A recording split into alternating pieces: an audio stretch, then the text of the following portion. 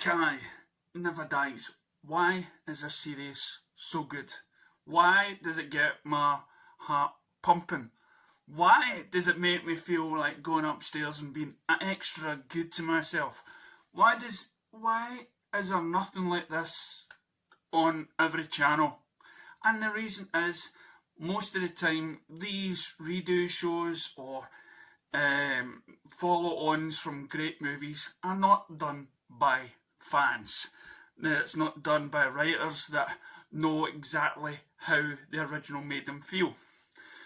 Now, you take something like Stranger Things, for instance, when it's a kick back to the 80s, and you can tell with what makes that show good as well is that the writers were fans of shows that were on in the 80s. They're taking the influence, they know, they're taking songs from the past, and that's exactly what Cobra Kai does.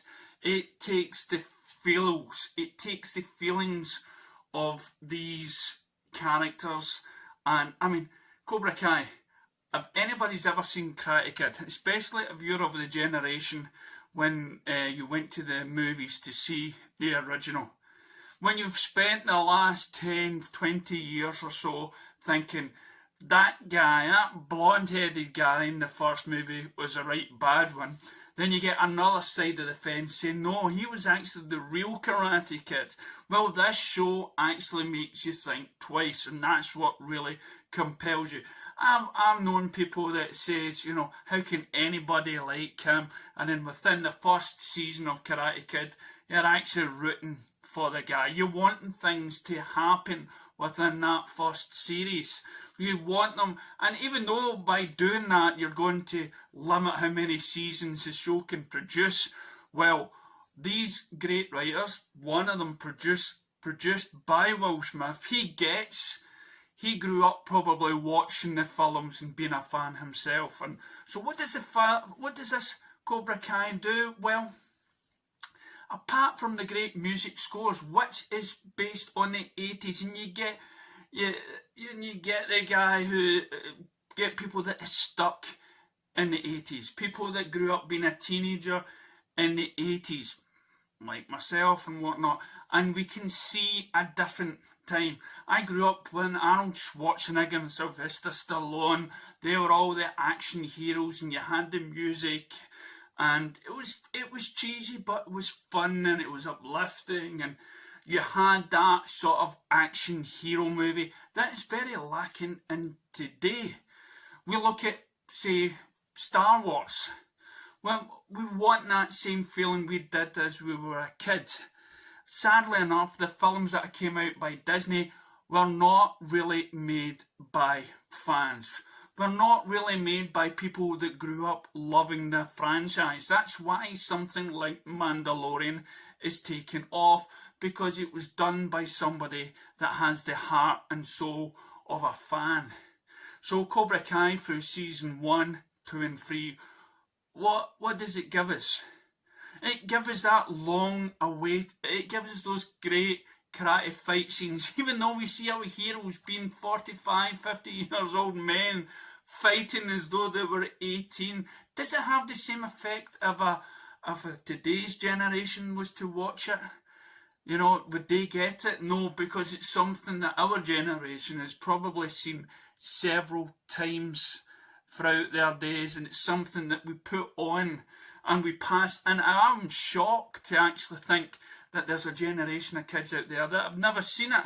I blame the parents. How could you grow up and not show Karate Kid to one of your kids? Now, I went to karate. It was tough. It was really tough. I mean, I wouldn't say as far as Cobra Kai or that Stookies you in the head sort of thing. It's not as tough as that. But when I spoke recently to my old karate teacher, he did say that you couldn't teach the karate the way it is done today because it's full of the Me Too crowd. And that's sadly what's happening to movies and TV shows of today. That it is just full with political agendas. And Cobra Kai has none of that. In fact, it actually questions specifically by by what was originally the bad guy, who's stuck in the past, and that really means a lot to me. When you watch that show, people that live in the past, that live still as though they're 18 years old, and I get that. I can sometimes think I'm living in the past. I'm trying to reconnect my past, and it's mostly the women that tends to have moved on from their teenage years. Their long lost love that they had in their teenage years is past. They can actually move on. They don't need to rekindle that. But sometimes men, I think, can't let go, and that's why most of the time men are childish, because we can't let go. And it's something that we've got to learn, and this is something that Karate Kid, Cobra Kai has done. It's taken our childhood and they're trying to say we have to move on from the past. We have to put our differences in the past. I was just watching an episode of Enterprise where the future meets this other younger generation and says, no, before you can go home, you've got to put by your differences. And that is what Cobra Kai is. There's so many stuff in Cobra Kai that makes it marvellous. Now, I'll give you a list of things. For instance, it gives you the history of each character. It gives you the journey and what got them to where they are. It revisits minor characters in the Karate Kid movie franchise. And we are shown where they are and what input Danny Russo or no input that he had on the people and where they are. And because of something like A Wonderful Life, where would these people be if they never met these people, if they never had these sort of adventures in the past? And now we have the older generation that have got a sort of still hatred against each other, that they haven't matured yet because they are stuck in the past, and they're inflicting the youth of today, and they're filling them with their own world history, and they're inflicting the same hatred or the same distrust into the students.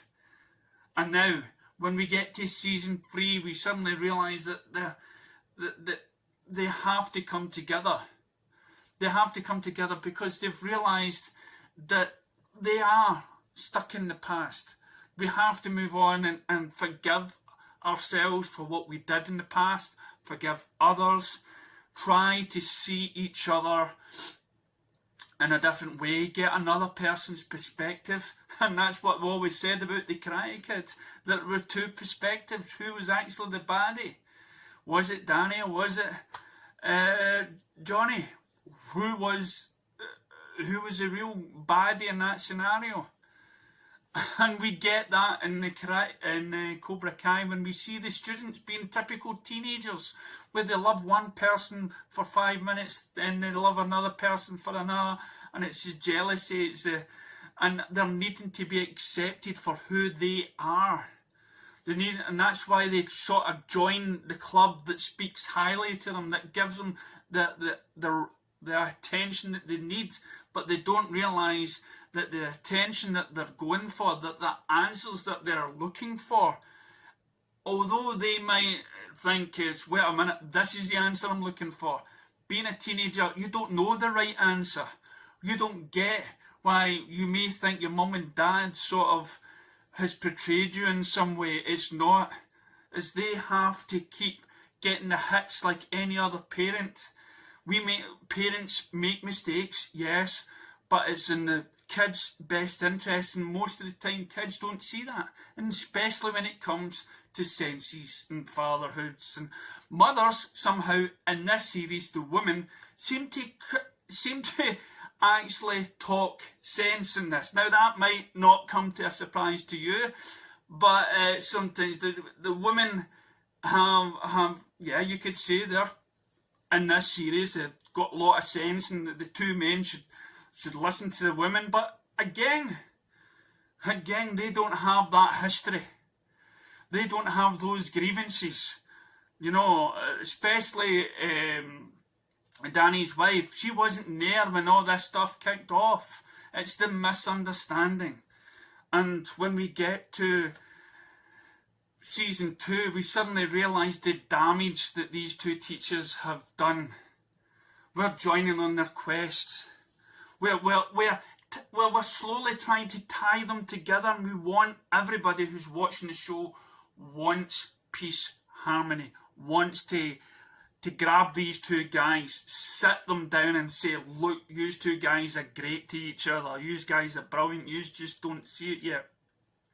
So when we get to the end of season 2, it's like, oh no, this will never happen now. And then again, it's the father image we're looking for. Danny with his master, Johnny with his son, or the boy next door who he's treating more like a son than his own one because he wasn't there, he wasn't a great father. Just like Johnny's, his real father wasn't there, he was brought up by a rich stepfather. So again, the fatherhood wasn't there. But so you've got all these great intricate stories with the characters. But for me, what really makes the series well is the heart-dropping music scores that happen in from the 80s. The music that somehow existed in the original films that are now carried into today's movies and today's TV show.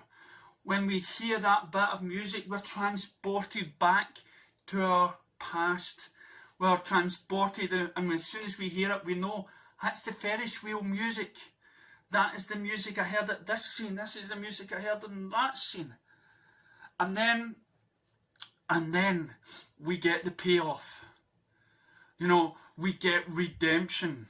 We get, we see people, modern films tend to not give you go for the answers that you want. But in the 80s, they tried to give you a good moral story where good triumphs over evil, where the good forces of good comes together at last, and then they go, and that's exactly what the Karate Kid is all about.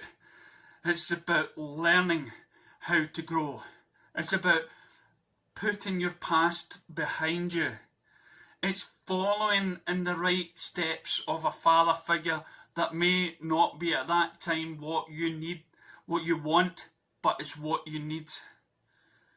And for me, there should be more shows like this. I can't think of another show that should be given the same sort of treatment. But what it does say to me is shows like Star Wars or any franchise whatsoever, we need people behind the scenes that are writing the episode that were huge fans, and they let them be in charge, because it's those fans that are a part of many of us globally, worldwide, and it will forever stay. And that, for me, shows you how important movies, TV shows, and how great of an art it is to bring you feeling happy, feeling good, feeling sad, anxious for the next episode. You know, that is what art does. That is what being a fan is all about. And so my hat's off to Cobra Kai and to Miyagi-Do. Miyagi-Do. We gotta take a night train to the default city to rock out.